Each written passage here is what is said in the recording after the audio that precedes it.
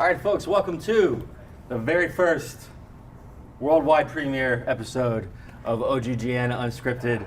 We are, this is a live stream, this is a live stream, so we are really live. So unlike some of those live streams that you see where the stream is live, but the content is pre-recorded, we are really here in the room right now, and all of us, and we have a vague idea of what is going to happen after this. We are going to start off, first things first, before we get into introductions, as you can see, we're going to start off with a cocktail.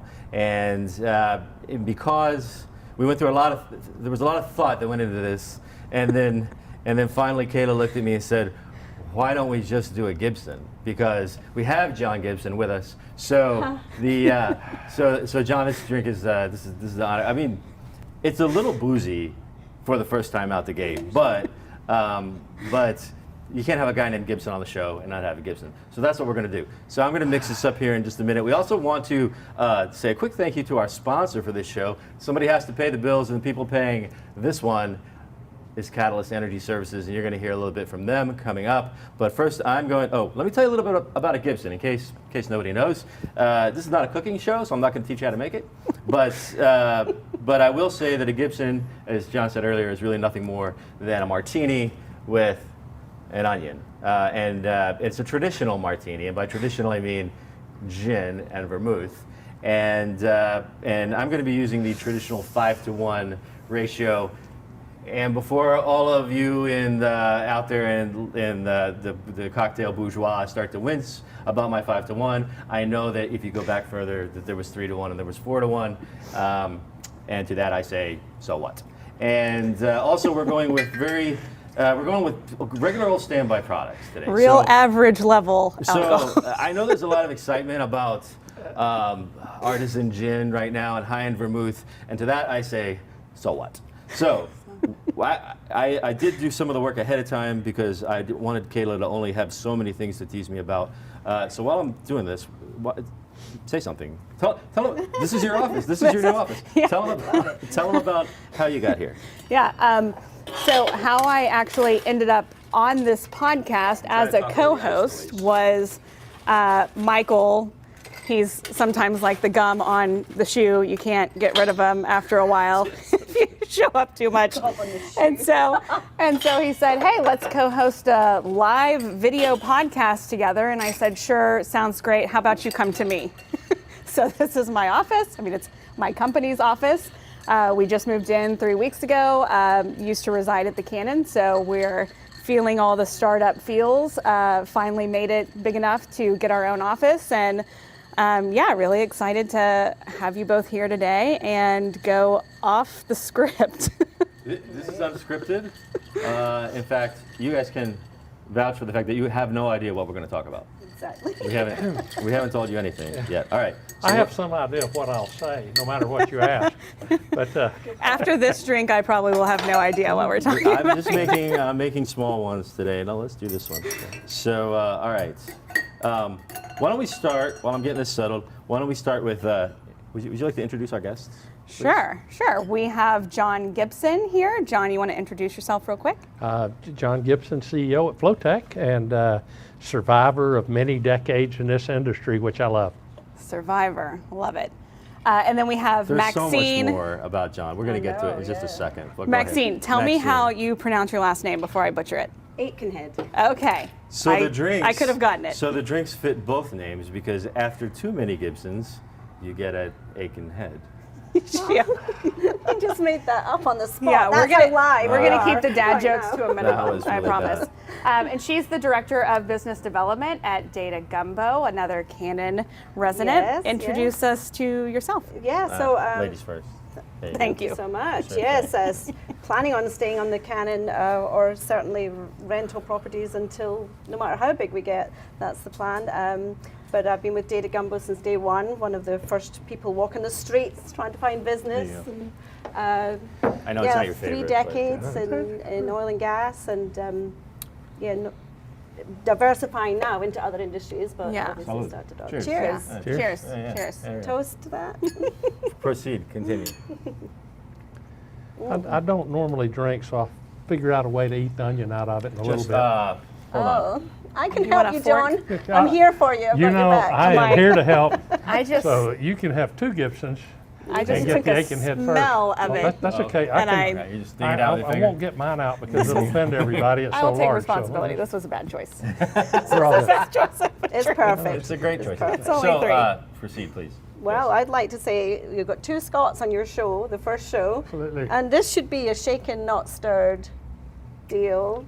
A good old martini like Sean Connery from James Bond. or Yeah, something. yeah. Yeah, so- Oh, well. But we'll take the Gibson. Yeah. So, all right. Looks great. There's a, I have to share a story about you, because it goes with.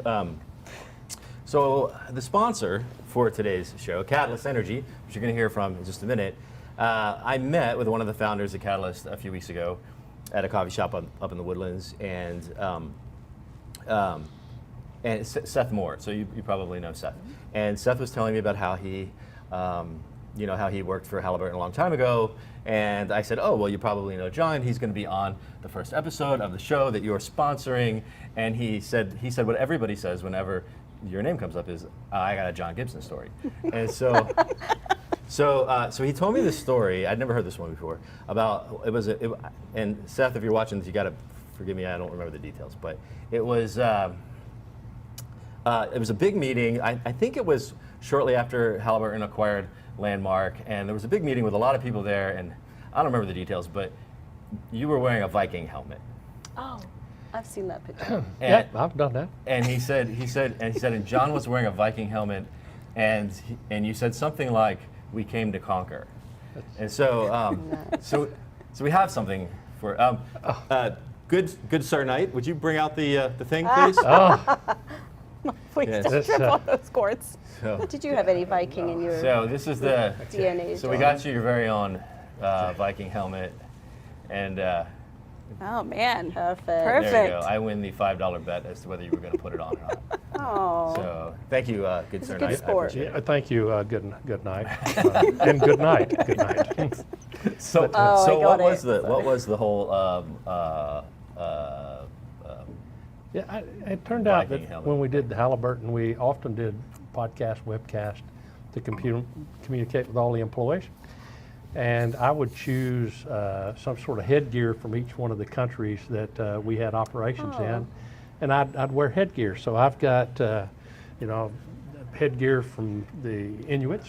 And Oh, yeah. I've got headgear from Mexico and from Russia, and the employees, I mean, they would go to a lot of trouble to pick something out for me to wear.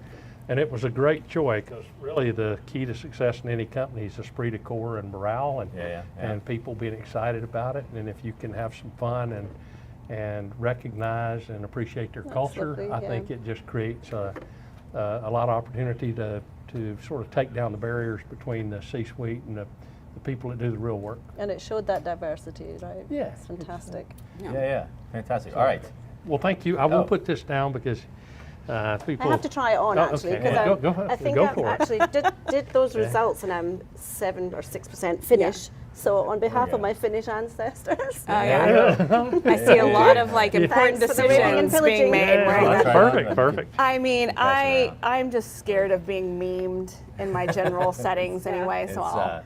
it's probably too late for that. Absolutely all right. true story, though. Did it so many times. There's so many pictures of me. Yeah. Yeah. But I think that's great too, because I never worked at Landmark, but the Landmark network ended up in so many other places. I feel like I was kind of raised by Landmark culture in the software sense, because I worked for a lot of ex-Landmarkers, and it was very much have fun, work hard, play hard, and I think that's a real testament to like leadership in the industry. Well, That's it's very cool good. people. It's a great team. Bob Peebler, Hank Holland, myself were sort of the 3 principals. Denise Van Dyne, Yeah. Patty Masouras, and we worked together often with friction, but with a common goal, and we had a lot of fun together. We did things that were a little bit out of the box, and it was great fun. People wouldn't realize, I think Landmark was the 12th largest software company in the world in the late 80s, early 90s, and Yeah. before software sort of took off. And And I actually set a goal once to have Bill Gates do a commercial for Landmark. And I wrote him letters and called him, and he did a 1-minute spot for us to talk about adopting Landmark and mentioned me in it. And so, you know, that's my perseverance, right? No, he wouldn't recognize me if I sat down next to him on a bar stool. But it, you know, his marketing department, finally they just said he'll go away if he'll do this clip. And so he did a short clip for us. But I did get a chance to meet with him and talk about the problems that you had in file sizes and transfer. I mean, at the time, Windows really wasn't helpful for using seismic. And, you know, we still have issues with file sizes, transfer, and other things, but it was cool. Yeah. All right, good. So did we cover all the introductions? Did you say something about yourself while I was doing that over there? I mean, I'm Kayla. I've been on Michael's podcast a few times before. How long have we known each other? Well, a decade? When was the year of drinking lunches? Did they stop? That was 2022? That was 20. So when was the really bad year when it was dead? 2015, right? Yeah. 2015 was when. 2015. In the industry, it was like. That was like not happy drinking lunches. Yeah. That was like, the year of drinking lunches was like the sad year because there was nothing else to do, right? So it's been. It's been since sometime before that, I guess. Yeah. And originally, Michael was one of my software vendors, which is weird as a software person. We've stayed in touch, and I joined Valadier in 2021. I head up our product and development teams, and excited to All right. get after it. All right, that's enough. You didn't have to go on and on. Don't need to. We're going to take a quick break to because I keep promising that we're going to hear from Catalyst, and so we're going to hear from Catalyst. Hey, it's Mark LaCour with OGGN. I'm sitting here in Midland, Texas, in the Petroleum Company with Seth Moore. How you doing today, Seth? Great. How are you, Mark? Awesome. Okay, y'all did something crazy. Y'all actually took old-fashioned frac pump technology, turned it on its end by incorporating what? A turbine engine? Yes. That's crazy. But I've seen what you've done. What's phenomenal about it, number one, is the fuel savings. Amazing. You're not buying all these gallons of diesels and having to haul it all over the place. You're using natural gas. That's right. Number two is the safety component of it, right? So you have less parts, less people, less moving. So you have less lost time incidences. So he's helping HS&E metrics, which is incredible. Yes. And then finally, unbelievably enough on top of the other two, the finances. Yes. You're actually able to do more for less, right? Which drives efficiencies. And then on top of all that, you have more horsepower to spare. I know it. Yeah. Crazy. Who would have thought that formula could work? Yeah. But we've got it, made it work. So yeah, so check out Catalyst. They're doing some phenomenal stuff. If you're an operator out in the field, give them a ring. Not only can they help your people do stuff more, faster, cheaper, and safer, they're just good people.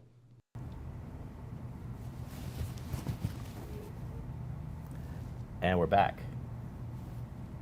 And now we're going to get into the serious stuff.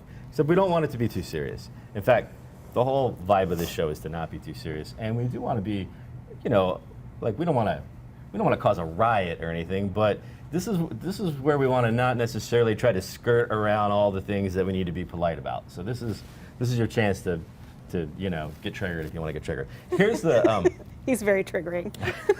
it's true. Push my buttons. Yeah. So here's the topic that we can start with this, and then John will take us wherever we're going to go with the conversation.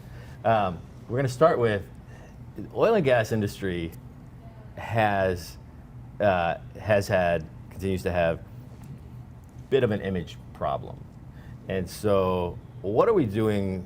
What are we doing wrong? What are we doing right? Are we doing anything right? What should we be doing about this whole image situation? Well, Jump in.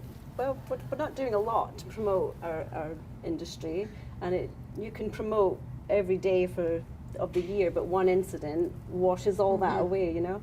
And recently, I've been posting quite a lot, at least every month, try and post something about what our industry brings you as a consumer, from social media, from Facebook to LinkedIn, but just what are you using on your day-to-day life that comes from oil and gas that's not just gas, not the fuel for your car. And people will comment under there and say, that's so great, everyone should know about that. Well, tell them. And share, like and share. So I think a lot of good stories should come out of from us, and it can only come from us. No one else is going to advocate our industry for us, are they? Yeah, no, that's for sure. What about all of this? We hear about this I mean, everybody talks about, you know, there's not a conversation going around right now that doesn't involve ESG in some way or another, and that's what we're getting beat up about, but that's what we're also out there trying to say, no, look, we're doing something different now. Do people believe us? Do people believe the industry that we're really serious about it? But it seems like maybe they don't. And John, you had some stuff to say about it. So we had a panel event a couple of weeks ago, and you had some stuff to say about this. But it was interesting because you kind of got me thinking, like, we need to stop maybe doing some things that we're doing and start doing some things differently. So ESG, you know, obviously I'm the oldest person here based on the color of my my goatee here, but this is not new. We change the name of it about every few years where consultants can make money. So we've had triple bottom line. We've had balanced scorecards. Now we have ESG. And so the importance of the environment, of the communities where we work, proper governance, it has always been there. Okay, but in the past, I think we probably, it's like if you said ESG and the E was silent, right? So we focused more on the communities where we worked and governance than, and so it was really a safety thing. So if you really take how this whole triple bottom line started, everybody focused on safety. We had a horrible safety behavior when I first joined this industry. I had a blowout report on my desk every morning when I'd come in. You'd see where the wells were blowing out, and then you'd talk about the people that would go and put out the fires. Okay, now today, last year, first year in the history, I've been in this industry at Flowtech as a company, we had 0 TRIR, 0, right? That's unbelievable. Zero what? Total recordable incident rate. So we had no incidents in that. I mean, if you were at Schlumberger or Halliburton or Baker, this is like the holy grail, right? Is to get to 0. That's our goal. Yeah. We finally made it. Of course, shortly thereafter, somebody hit a cow. It's just the way it works in our industry. Wait, does that count? But yeah, it's the cow got in the way. But I mean, we haven't changed that. I think that now the E has become really loud. When we say ESG, it's really E, you know, and then SG. Right. And so we have the C-suites are focused on it. That cultural change is occurring in our industry. People are taking it seriously. Yeah, what you might hear the term greenwashing or lip service or those sorts of things, that's a thing of the past. In our industry, we want the social license to operate. And so as a consequence, we're adapting to where the general public believes we need to be responsible and to be sustainable. And I think we've got great leadership in this industry, and we'll be exemplary in that as we go forward. Yeah. I think it's going to go to where our finances are today, you know, where it's everything is accountable. And in order to be accountable, you need a good record of the truth of what's happened. Yeah. And we think you can capture all that during your operations, and you get 2 for 1 there. You capture your ESG, you capture your operational data simultaneously. You're not retroactively going back to find that information out, or certainly not pulling it off, Don, as you know, from an Excel spreadsheet. We don't need to be doing that. If we use drilling engineers as the example, if you go back, I mean, it would take 90 days to drill wells that we drill now, and in single-digit days. And why? Because they measured everything, and then they improved every aspect of that process. Yeah. And I think that's where we're going with environmental compliance. We're going to measure CO2, we're going to measure spills, we're going to measure waste products, the waste that's generated at the well site that has to be transported, the associated CO2. We are after it, we'll measure it, and when we measure it, companies like Validere will make sure there's a place to report it, and we'll consolidate that data, and we'll make huge progress, I think, over the next 3 or 4 years. Yeah, I mean, it's interesting because we have the conversation, and I'm interested to hear both of your takes, because you see a lot of industry players and see how they're setting up their organization and how they're responding to some of the external pressures. But we go in and we have these conversations and we're like, guys, I mean, methane is just the same as sulfur. Like, is there a VP of sulfur at any of these operators or any of these plants? Like, it's just, it got priced into the market. It got, the sultan of sulfur. But it's priced into the market, it got regulated, and now we measure and manage it without blinking an eye, day to day. And do you see a lot of customers kind of setting up their own ESG verticals in the business, or do you see them more incorporating it into the normal business operations where things are happening? so first off, it's kind of funny, isn't it? VP of emissions, right? Yeah. And you go, what you really want is a VP of containment, right? You don't want to be out there studying what's leaking. The positive yeah, side. it's like I see all these companies starting up, and they say, we can measure how much you're leaking. And I go, well, I'd rather be in the business of preventing leaks than I would Right. in measuring leaks. So I find it a fascinating transition. It's like, let's get focused on making sure this doesn't happen, not Yeah. measuring how much we messed up. Yeah. Right. It's like let's eliminate the leaks. Let's don't monitor them. Yeah. But so you know, what do I see? I find I would be willing to wager that the ESG leaders in the super majors and the major independents are spending a lot of their time explaining their ESG performance to shareholders and to investment groups, because it's become that important. And so what you might think of as someone that's trying to manage emissions is really trying to manage shareholder perception and trying to make sure that what you're doing internally matches what you're saying externally. And so that's becoming that cultural shift. Your ESG leader is really your cultural shift leader, and they're making promises to the street, and then they're trying to back that up with actions in the company that makes us credible and gives us strength of statement. So that and that kind of comes back around to the real thing, because a lot of what everybody said so far is all the good stuff that we already know, because we're kind of on this side of the fence and we know that these are the things that we're doing. But what Maxine, what you said at the beginning was, well, I try to tell good stories, because if we don't tell the good stories, who's going to tell the good stories? And the problem is, or that I see, is kind of on the other side of the fence is maybe the wrong word, but there's a bunch of people who continue to, they want to call BS on all of that and say, you say all this, but guess what, too late. You've already ruined things, They want or data. you're not really doing it, or you're just doing this now because the spotlight is on you. And so how do we, how, and it's funny because I hear people inside the industry and they're able to sort of systematically say, just like you just did, we're doing this, we're doing this, we're doing this, and boy, you should have seen it back in the 80s, and it's a lot better now. But Yeah, you're not comparing how do apples we, to apples, are but you? in terms of, Yeah. so I think we're doing the right things to fix whatever problems we may or may not have created. But going back to we have an image problem. Like, how do we fix the image?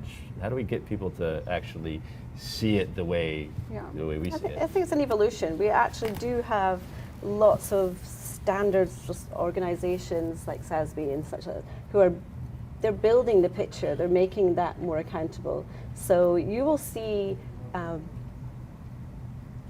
trusted sources of evidence of things happening. We don't want to compare ourselves with what happened in the 80s, right? We don't want to compare ourselves with those statistics. And we don't really want to compare ourselves to other industries like airline or whatever, but we maybe would want to compare ourselves from an oil and gas perspective to renewables, and let's be honest about the renewables and the battery-powered vehicles and everything else. Let's be really transparent about that too. If you're going to be transparent about oil and gas, let's be transparent about these other tools that are being used in a renewable capacity that maybe aren't cost-effective today. Maybe they're hard to, they're later on in their life. What you're going to do with all this? So we need to be really transparent. Far worse full-cycle CO2 emissions for some of the alternative energies than what we have for oil and gas. Yeah. And No one's going to tell that story, though. Who's telling Nobody's that? going to tell John, come on. No, I mean, it's just, you look at the cement it takes to put in a wind tower. Cement's one of the greatest CO2 offenders, and I'll leave it to somebody else to walk you through. Go to Switch Energy, talk to Scott Tinker. These are great advocates for the oil and gas industry and being rational. And so there's some good spokesmen out in the marketplace. I mean, you've got leaders in equitable origin like Toby Rice that's really working hard in this area, and I think making great strides. It's just, we're there to where senior leadership knows what's important and are executing that. But how do you, if you say you want to educate people, that's condescending. It makes the assumption that they're stupid. They're not. What they're offended by is in some ways in the past, indifference to the things. And so the very first thing we had to do is realize we can't be indifferent, right? We have to make it better. Okay, but we also get credited with the CO2 that's emitted by the people that we sell the hydrocarbons to. We do not emit that much CO2, right? So you've got to get rid of some of the combustion. I've got a paper coming out shortly on combustion, and I mean, I think that's one of the things we have to address is the end of combustion. We really should be looking at hydrocarbons as way too valuable to be burning. Right? We need to be using them from conversion to hydrogen. We need to be using them for fertilizer. There's a lot to do with hydrocarbons to create energy without using combustion as the method to extract energy. Interesting. Okay, yeah, good. Although it's bad news for those of us who like muscle cars. But Do you? You drive a Cadillac, Michael. it's a muscle car. Okay. I mean, it's red. I'll give I said I like muscle cars. I didn't necessarily mean. I didn't mean I'm that like, I aren't your have seats them. air conditioned? They're not. They are air conditioned. So this is good stuff. So to In help fact, our industry, I highly recommend that you get some sort of hybrid. Yeah, well, it's being retrofitted right now in the parking garage as we speak. So this is good because I see we already have questions pouring in. Wonderful. So to give us to give me an opportunity to look at the questions, we're gonna have a quick break, and there's some kind of video that's gonna play, and it's gonna be exciting. Work in transportation and logistics. Work for Money Corp. President of the Houston Veterans Chamber. Versus space. You'll be fine. This will be so casual. The happy hour was awesome.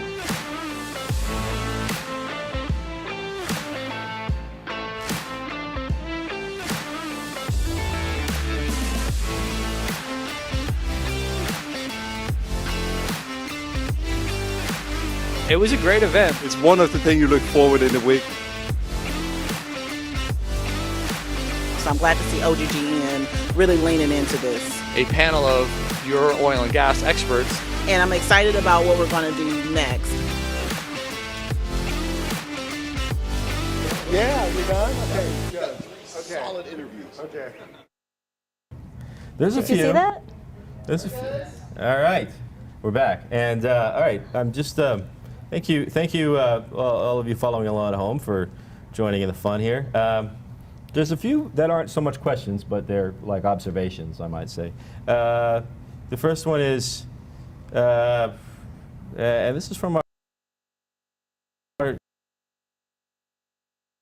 friend Jason Duff at IBM. He says, "John G in the room, anything?"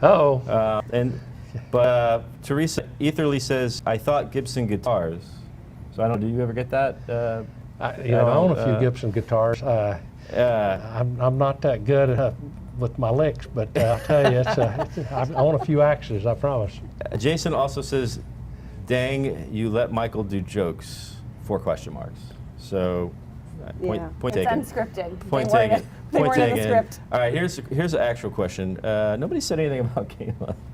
Oh. The memes will come out later. Yeah. The memes will I'll come be out memed. later. All right, here's a question on LinkedIn from Adam Williams, and I have to admit that this is about 10 lines and I haven't read them all yet. So if I stop abruptly, it's because I didn't read it first. It takes decades to build character, but a moment can ruin it. I understand. Michael that. knows. Right here. We resemble that remark. Unfortunately, that's the area where oil and gas lives in. I think more direct marketing to consumers about oil and gas safety numbers would be huge. Also, making it easily consumable and not having to be an engineer to understand it. Yeah. Decades to build character, a moment can ruin it. That's where we live. More direct marketing to consumers. Problem is, I think when we do direct marketing to consumers, they just assume we're lying, right? They assume we're not lying, but we're spinning it, right? Well, and it's like, what do consumers care about, though, right? Like, even in the sustainability reports that come out and stuff like that, there's no standard or like benchmark set of information that everyone is reporting on. Yeah. Like, you'll see things come out and they're talking about their land usage, or they're talking about their water usage, or they're just talking about like the data that they have access to, right? So it's like, we got to do a sustainability report.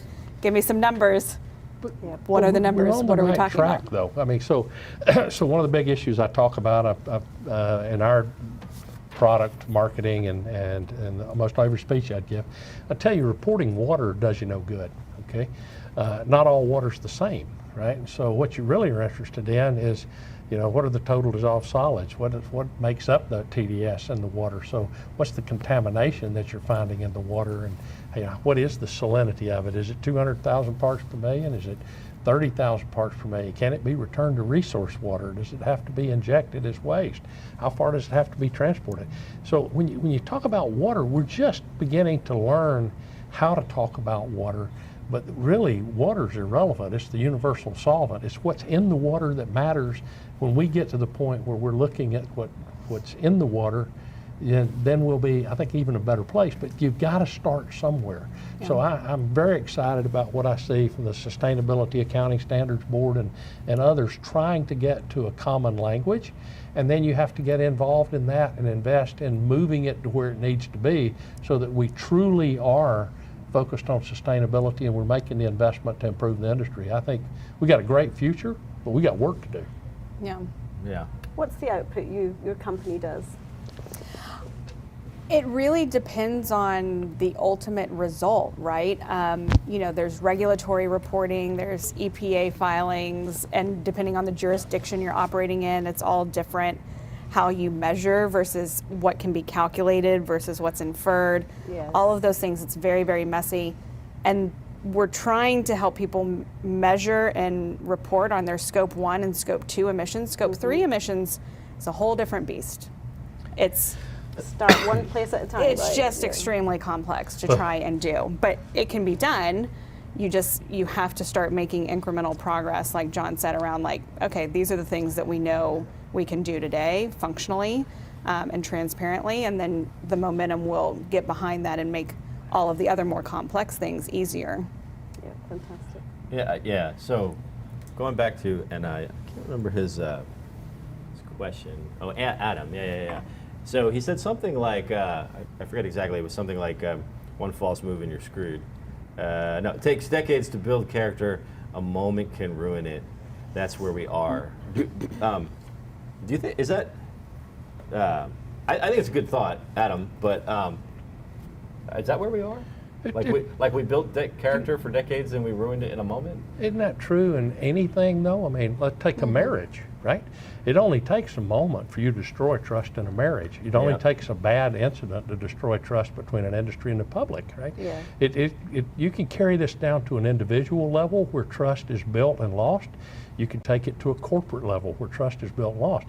You have to be really protective of your reputation and the stories that people tell about you. Going back to myself, I've been extremely careful through my career to not have certain things thought about me, right down to who I'll have a picture made with, right? Because I go, that's not the reputation that I want, right? I go, I don't want to be associated with that. I won't name any of them, but I'll just go because I've avoided it, managed to avoid being in the picture. But you just go, that is not who I want to be. There are things that I want to represent and values I want to represent. Companies should be the same way, right? You have to have a company that has values. You've got to really focus on those. The people have to be consistent with it, and you've got to demand excellence in that area, whether it's when you sign a contract honoring it, whether it's, it's just, it has to be the totality of your value system. Every time we break it, we break trust, and it applies to both a group and an individual. When you have a spill in the Gulf, when you have flares that are clearly we're wasting energy, those are optically opportunities for people to not like our industry. We've got to deal with those. Yeah. We're a big industry, but we're a small enough industry that it's very personal. So when something does happen, an incident happens 10 years ago, we remember it. We know exactly how many people were affected by it, the knock-on effect. So it's, even as an industry person, it's hard to shake that off. So so you've got to focus on that from a safety aspect, and we've come leaps and bounds in safety in our industry because it's a rough deal. You're out in the middle of the North Sea. You're in remote, difficult areas to work in. So you've got to look at the other aspects of it and promote them. Yeah. Well, and I think one of the biggest problems with the energy illiteracy that we have as part of the U.S. is we don't do a fair job of educating people as to how complex our supply chain actually is. The energy supply chain is hands down, convince me otherwise, the most complex supply chain you will find in the entire globe. Andrew Bruce had a great slide actually once years ago, and he talked about drilling wells and how far down they go, and compared them with, for example, Mount Kilimanjaro, and just saying, imagine trying to drill a directional hole from the bottom to the top of Kilimanjaro and hit the peak exactly where you wanted it to hit. And so imagine that, only you can't see it. We can't see it in oil and gas, can we? Yeah. So this is a soapbox for me on the podcast all the time, which is you don't really.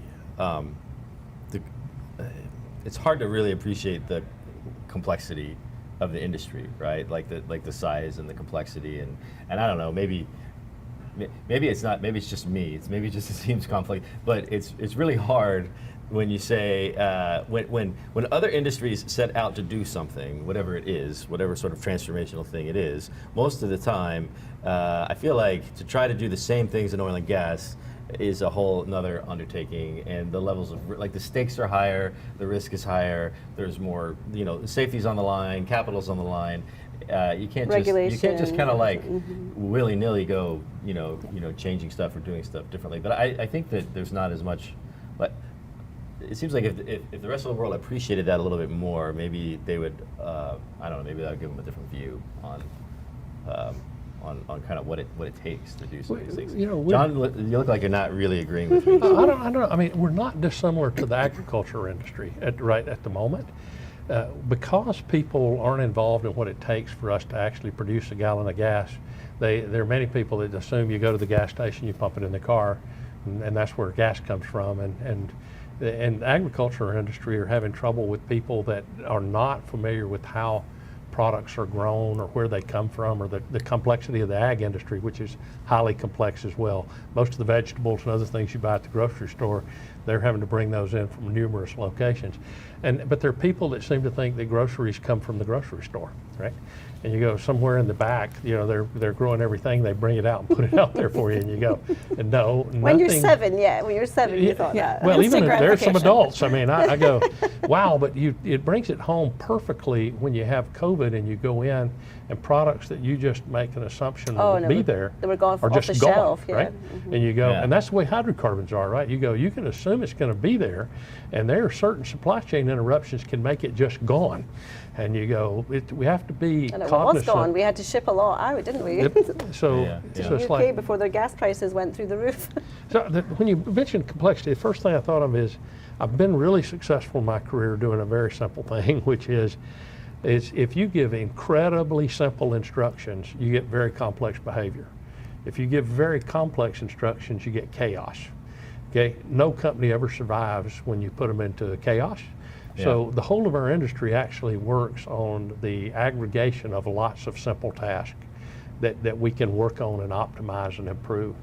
And so it's the nature of our business. You want to decompose it into its simplest components and then make those work, because that's what builds the beauty and the complexity that we have as an industry and the interrelationships with other countries, and that's the real key to success is simplicity that creates complexity, not complexity that creates chaos. I've done both. I can tell you stories of chaos, accidental over determination of instruction I gave, and it was like, wow, can I get a do-over there? Watching it happen. But going back to the people thing, the changing of the guard really, and the quietness of COVID really, I would say, made a big change to the industry, because they had a minute to sit back and actually embrace technology. It's accelerated phenomenally since, if you think from 2015 to now, what a difference. People were pushing for that for 2 decades, and it took something dramatic like that for it acceptance almost. So could we have a, oh look, somebody's, now they're putting stuff on the screen. Somebody put on the screen, John is such an awesome leader. I enjoyed having him a few months ago. You know what I have to pay for those comments? It's unbelievable. John, let's talk afterwards. I need more friends. Is there anything? Does anybody have anything else? $2 a shot. There's a question here. We have just a couple minutes before we have to move on to the next thing.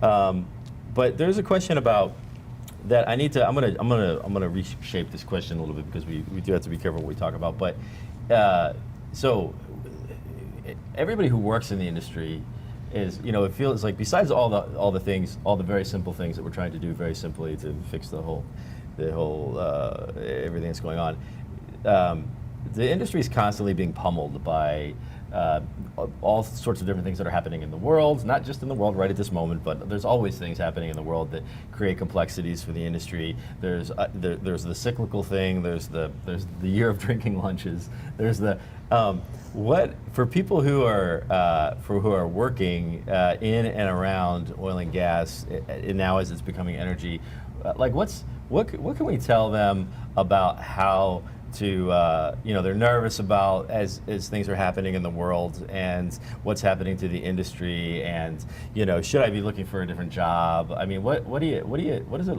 And John, you said some things earlier. You said we're in good shape, things are getting better and we're doing things really well. It doesn't feel like that to people when there's chaos out there. So how do you guys, when you guys wake up in the morning, how do you get feeling strong about what you're doing? I get a text message every morning. It tells me rigs are up year on year.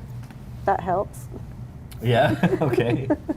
Rigs are up. Yeah. Yeah, and we're hiring. So when you see people hiring, there's jobs everywhere. Yeah. I see a lot of jobs everywhere. Now it might be a change of type of job from what you did before.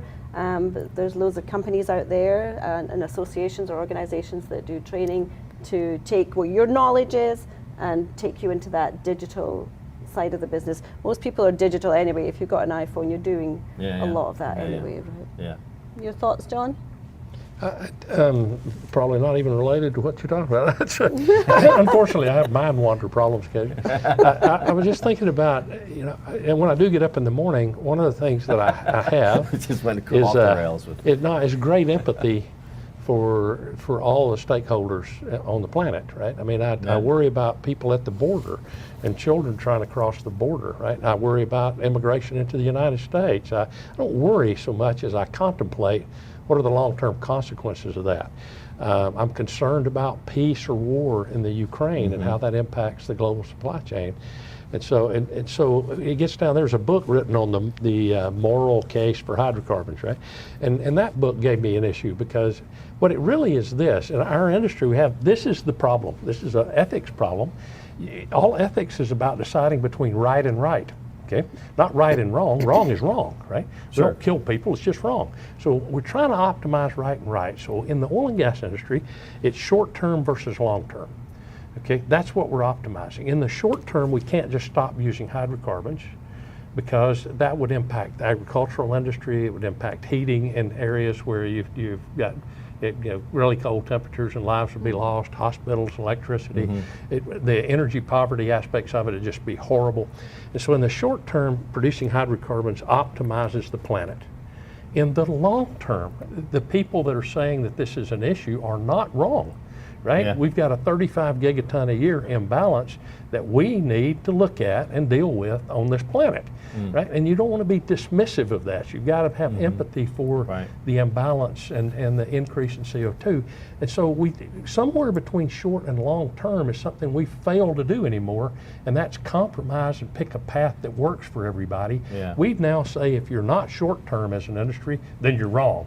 If you're not long term, the environmentalists will say you're wrong. Well, that's just crap. Right? We've got to do both of these at the same time, and that takes incredibly smart people understanding how to optimize the system as opposed to penalizing or painting one part, the short or the long-term component of it, with a negative brush. That's a breakthrough we need in America on so many different topics. Right? And you go, let's get to where we can understand the compromises that we make to get the best right. Between two right answers when it's not a right and wrong problem. I'm sorry, I'll stop on that. That's an excellent point to or place to wrap up this part. Also, the TV went out, which I think is my signal that I'm supposed to move it along. So no, but thank you. That's good. And we are gonna we got another little. Looking at the iPad. Looking at the iPad. I'm looking at the cameras.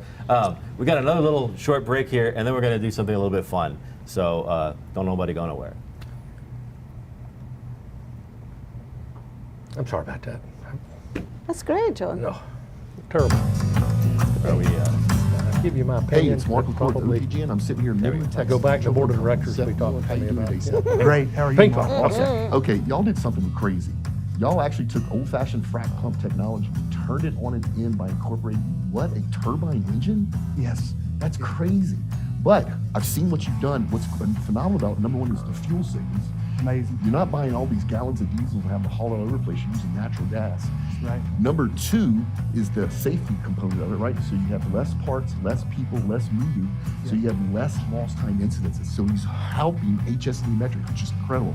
Yes. And then finally, unbelievably enough on top of the other two, the finances. Yes. You're actually able to do more for less, right? Which drives efficiencies. And then on top of all that, you have more horsepower to spare. I know it. Yeah. Crazy. Who would have thought that that formula could work? Yeah. But we've got it, made it work. So Yeah, so check out Catalyst. They're doing some phenomenal stuff. If you're an operator out in the field, give them a ring. Not only can they help your people do stuff more, faster, cheaper, and safer, they're just good people.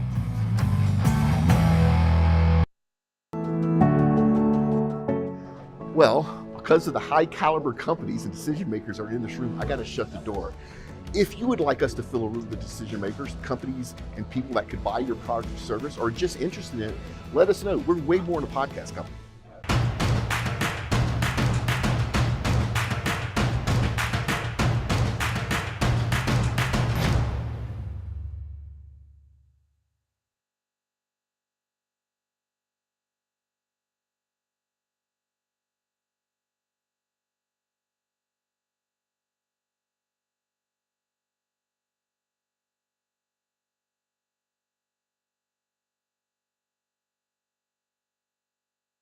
So something like that is bound to happen. It's not looks ordinary ping pong. expensive. This is, so the objective here is really, so Lily's going to read a story. Oh, Lily needs a microphone. Good Sir Knight, would you please Here, bring stand close to Lily me. a microphone? Perfect. Yeah, thank you. Sir Knight. Thank you. Yes. Sir Knight. Thank I'm you. worried that you might be a recently released felon. Identity. Witness So protection Lily, program. so we're going to start playing. Okay. And then, hold on, not yet. Okay. She's excited. And then after we start, Lily's going to read a story. Nice. It's a little short story. It's just a few lines. But it's really intense. But we have so to pay attention. We have to pay attention, and at the end of it, there's questions that we all have to try to answer. Oh, I see. Questions. So we have to listen and play. So we have to start. So don't be. You have to be intrepid. You have I to know. because I'm in the you have to zone. plow it Look, right I'm in the and zone. read it with style. Okay. Got it. All right. Okay. Are y'all ready? Go. Ready. All Let's right, go. Okay. All right. Terrible at ping pong. You're a roustabout on an offshore platform. Volleyball. A big storm comes and blows you off into the water. Suddenly, an enormous bucket comes floating by, and you climb in. The bucket carries you to a sandy beach, but alas, An enormous bucket.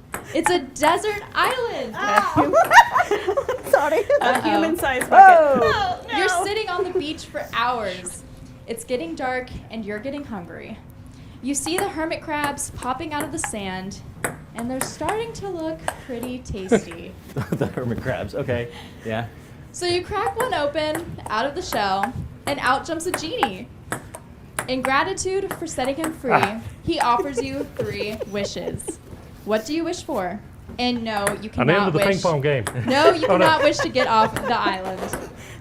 Okay. So I got blown off the platform. I Yep. washed up on an island. I started to eat the crab. But it's The not- genie pops out. He says, 3 "I get 3 wishes. wishes, and I can't wish to get off Can't the wish to island." get off the Yeah. island. Okay. So what do you guys? What do you wish for? What are we wishing for? Keep it going. Okay. I You wish can't for. go back in time. So I wish. So the first thing I wish We're for at a is a Vietnamese restaurant. Thank you. Good. I wish for a Vietnamese A restaurant. Vietnamese restaurant. Because it's good all times of the day. Because they have eggs that they put on the pork chop for the rice plate. So you can they have that really good French coffee. You're really thinking So you about can it. have breakfast there. You can have. I think. Why is this such a detailed Good try. explanation of why you want a Vietnamese restaurant? Because if I have a Vietnamese restaurant, then I'm set. You don't need anything else on an You island. could have just said a Vietnamese restaurant and gotten to the other 2. Now I feel like I know your last meal wishes. So, Maxine, my what do you fault. wish for? I reached. a fishing rod. A fishing rod. Fishing rod. See, but that's too much work, though, the fishing I'm rod. not getting off the island, so I may as well fish and eat and live. That's why I leave the island. Why do I want to leave You the get 3 island? wishes. You could wish for more things. Yeah. That's just one wish, right? Yeah, that was just one. That was just one. Okay. John, what do you wish for? An end to the ping pong game. It's Let's see. soon. Here we go. Let's break them. What would I wish for? I think we're out of balls. So you have any Family. balls? Family. What do you wish for? A bed. Ooh, good for you. I'm not getting enough naps these days. Enough. If I'm on an island by myself. So, taking a nap. True story. Yesterday we were here sitting up, and Kayla is like asleep on that beanbag over there. Asleep. Oh, She's no just wonder. out. She Yeah, was no just. wonder. I made a lot of important decisions in that chair yesterday. Oh, Okay. very violent. Did everybody get a wish in? John, you didn't get it. You just wished for an end to the ping. No. There's no ping pong table on the island. You can't wish for an end to the ping pong. You have to wish for something. Yeah, we have got a pool table. We'd be all right with a I game of wish pool for or fishing snooker. equipment. That's That's what I said. You can't say the same. you and I. What's going on? Thank I you. just want to fish. What? I think, regrettably, we're out of time. We are out of time. Thank you. That was So He's ready to that's be it for the done. ping pong. We're gonna. I think there's another quick little break, and then we're gonna go rest on the chairs. Yes. okay then. Awesome. Finish my. The idea was to take a kind of an aeroderivative gas turbine, and which is a high horsepower engine, and put that in a direct drive configuration and turn a pump with it. So different maybe than some of the stuff you see where they use those to generate electricity to run a pump. This is a direct drive, so you don't have some of that mechanical loss that you do in some of the other technologies. It had been tried before unsuccessfully, and we took a kind of a page out of the playbook from our upbringing, which was kind of the Big Red Company. You create within, you build within, and we've gone down that path where our guys in our think tank, we did that problem solving ourselves. We did the manufacturing ourselves here in West Texas. That was exciting. And I think that at the end, we ended up with a better product.